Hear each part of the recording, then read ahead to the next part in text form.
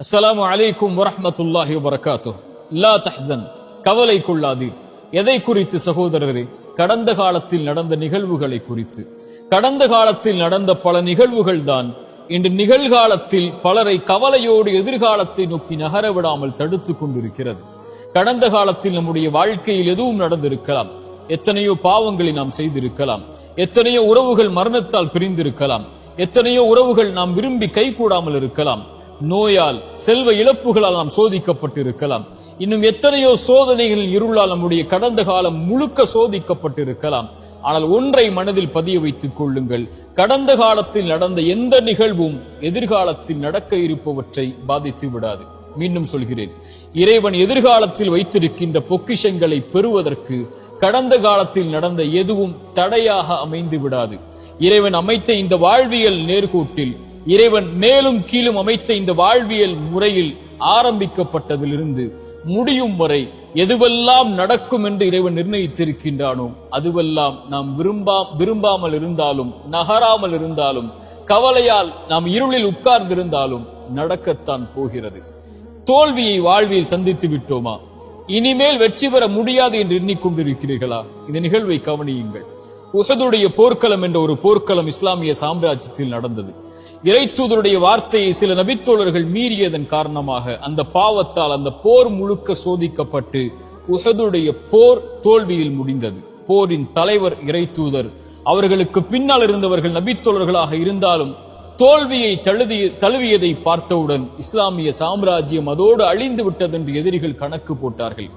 ஆனால் இறைவன் வசனம் இறக்கினான், வலா தஹினு வலா தஹ்சனு அன்துமுல் அஅலவுன இன் குன்தும் முஃமினீன். நீங்கள் கவலை கொள்ளாதீர்கள், பயம் கொள்ளாதீர்கள். இறை நம்பிக்கை கொண்டவர்களாக நீங்கள் இருக்கும் காலமெல்லாம் நீங்கள் தான் உயர்ந்தவர்கள் என்று. அந்த நம்பிக்கை, அந்த தோல்வியிலிருந்து அவர்கள் பெற்ற பாடத்தில், இறை நம்பிக்கையில் அவர்களுக்கு கிடைத்த பாடம் அடுத்த போர்க்களங்களில் அவர்களை உயர்த்தியது. இஸ்லாமிய சாம்ராஜ்யத்தின் வளர்ச்சியை இன்று நாம் பார்க்கிறோம். இன்னும் எத்தனையோ உதாரணங்களை சொல்லலாம். எமக்கு தோல்வியை இறைவன் கொடுத்தால் அடுத்த நாள் மூச்சு விடுவதற்கு அவகாசத்தை இறைவன் கொடுத்திருக்கிறான் என்றால் வெற்றியின் பாதையில் பயணிப்பதற்காகத்தான். வாழ்வில் குழந்தை இல்லை என்ற சோதனைகள் நீங்கள் அகப்பட்டு இருக்கிறீர்களா? இனிமேல் குழந்தை பிறக்க முடியாதா? எத்தனையோ நபிமார்கள் வயதான காலம் வரை இறைவனிடத்தில் பிரார்த்தனை செய்து கடந்த காலத்தில் நடந்ததை நினைத்து அவர்கள் வருந்தி பிரார்த்தனை செய்த காரணத்தால் எதிர்காலத்தில் இறைவன் அவர்களுக்கு குழந்தையை கொடுத்தானே. எத்தனையோ குற்ற உணர்ச்சிகளால் பாதிக்கப்பட்டு அந்த குற்றத்தை செய்த குற்றத்தின் காரணமாக உணர்ச்சியால் அந்த வருத்தத்தில் உங்களுடைய வாழ்வை நீங்கள் சோதனையில் உள்ளாக்கி இருக்கிறீர்களா? எத்தனையோ நபிமார்கள் பாவம் செய்திருக்கிறார்கள். ஆதம் பாவம் செய்தார் அலைஹிஸ்ஸலாம். இறைவனை அழைத்தார், அநீதம் செய்து விட்டேன் யா அல்லாஹ், என்னை மன்னித்து விடு என்றார். மன்னித்தான் இறைவன். நபி யூனுஸ் ஒரு குற்றத்தை செய்தார், இறைவனிடத்தில் மன்னிப்பை தேடினார், மன்னித்தான் இறைவன்.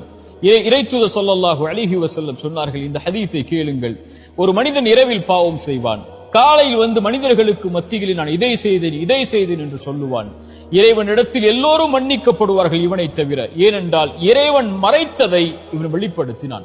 இறைவன் மறைத்து இவனை இந்த பாவத்திலிருந்து நீக்க வேண்டும் என்று நினைத்தான். ஆனால் இவனோ வெளிப்படுத்தி அதை தொடர்கிறான் என்று இறைத்தூதர் ஸல்லல்லாஹு அலைஹி வஸல்லம் சொன்னார்கள். இறைமறை என்ன சொல்லுகிறது? ஒரு மனிதன் பாவம் செய்கிறான், அந்த பாவத்திலிருந்து மீள்கிறான், ஈமான் கொண்டு, இறை நம்பிக்கை கொண்டு நல்ல அமல்களை செய்தென்றால் அவன் செய்த பாவங்கள் அனைத்தையும் அவன் பாவ மன்னிப்பை தேடியதற்கு பிறகு நன்மைகளாக அவனுடைய புத்தகத்தில் மாற்றுகிறான் இறைவன். ஏன்? அந்த பாவத்தின் வாட்டத்தில் அவன் இருந்துவிடக் கூடாது என்பதற்காக.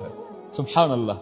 இப்படிப்பட்ட இறைமறையையும் இறைத்தூதருடைய வழிமுறைகளையும் பெற்றிருக்கக்கூடிய நாம் ஏன் நம்முடைய கடந்த காலத்தில் நடந்ததை நினைத்து வருந்தி கொண்டிருக்கிறோம்? லா தக்னது மின் ரஹ்மத்தில்லாஹ்.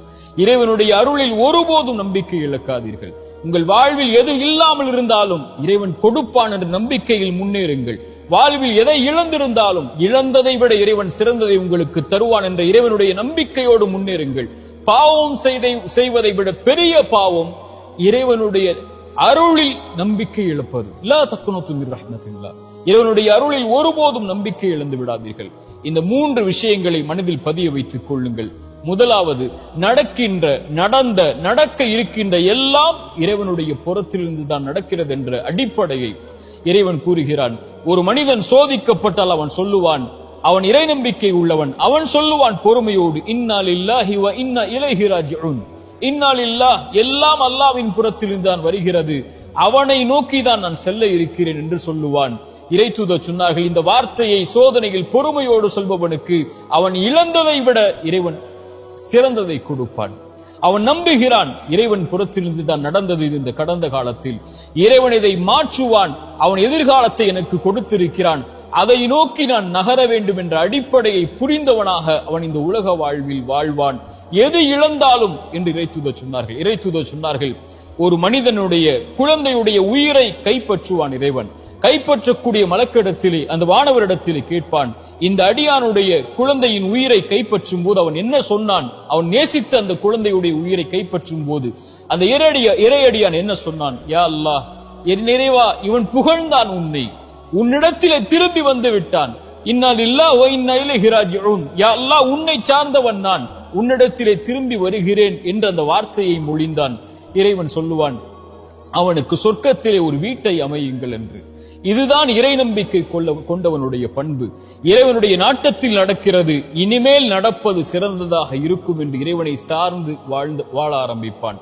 இரண்டாவது, நன்றியோடு இருங்கள். கடந்த காலத்தில் உங்களுக்கு கஷ்டத்தில் துணை இருந்தவர்களுக்கு, சிரமத்தில் துணை இருந்தவர்களுக்கு, உங்களை கைவிட்ட போது கை கொடுத்து உதவிய நல்லவர்களுக்கு நன்றியோடு இந்த உலக வாழ்வில், எஞ்சி இருக்கக்கூடிய வாழ்விலும் வாழ ஆரம்பியுங்கள். மூன்றாவது, பாவ மன்னிப்பை கேளுங்கள். நீங்கள் இறைவனுக்கு பாவம் செய்தால் இறைவனிடத்திலே மன்னிப்பை பெறலாம். மனிதர்களுக்கு நீங்கள் பாவம் செய்திருந்தால் அவர்களை அணுகி பாவ மன்னிப்பை கேட்டு அந்த பாவத்திலிருந்து விடுபடுங்கள். அவர்கள் மன்னிக்கிறார்கள், அவர்கள் மன்னிக்கவில்லை, உங்களை வெறுத்து வாழ்கிறார்கள், அதற்கு பிறகு உங்களோடு அவர்கள் உறவை துண்டித்து விட்டார்கள், அதுவெல்லாம் உங்களுடைய கணக்கில் அல்ல, இறைவனிடத்தில் ஒப்படைத்து விடுங்கள். அவர்களை அணுகி மன்னிப்பை கேளுங்கள். மன்னிப்பை தேடி எதிர்கால வாழ்வில் அந்த தவறை மீண்டும் செய்யாமல் உங்களை பாதுகாத்துக் கொள்ளுங்கள். இந்த மூன்று அடிப்படைகளை கடந்த காலத்தில் இருந்து எழுந்து வரும்போது நிம்மதியோடு எதிர்காலத்தை கழிப்பதற்காக பாடமாக பெற்று கழியுங்கள். கடந்த காலத்தில் தவறுகள் செய்திருந்தால், கடந்த காலத்தில் உங்களுடைய கரத்தாலே நீங்கள் அநீதம் செய்திருந்தால், கடந்த காலத்தில் உங்களுடைய கரத்தாலேயே நீங்கள் பாவம் செய்திருந்தால், குற்றம் செய்திருந்தால், எதிர்காலத்தில் இறைவனிடத்தில் மன்னிப்பை தேடி நிகழ்காலத்தில் நீங்கள் வாழ்ந்து கொண்டிருந்தால் எதிர்காலத்தில் ஒருபோதும் அந்த தவறை மீண்டும் செய்து விடாதீர்கள். இதுதான் குறிப்பாக நாம் புரிந்து கொள்ள வேண்டிய அறிவுரை. கடைசியாக, இந்த உலகத்தில் எது உங்களை விட்டு நீங்கி இருந்தாலும், இந்த உலகத்தில் யார் உங்களை விட்டு நீங்கி இருந்தாலும், இந்த உலகத்தில் எது உங்களை புறக்கணித்து விட்டாலும் இறைவன் உங்களை ஒருபோதும் புறக்கணிப்பதில்லை.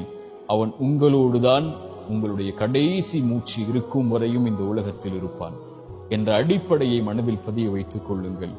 கவலைகள் நீங்கும். அகூலு கௌலி ஹாதா அஸ்தக்ஃபிருல்லாஹ் லி வ லக்கும். அஸ்ஸலாமு அலைக்கும்.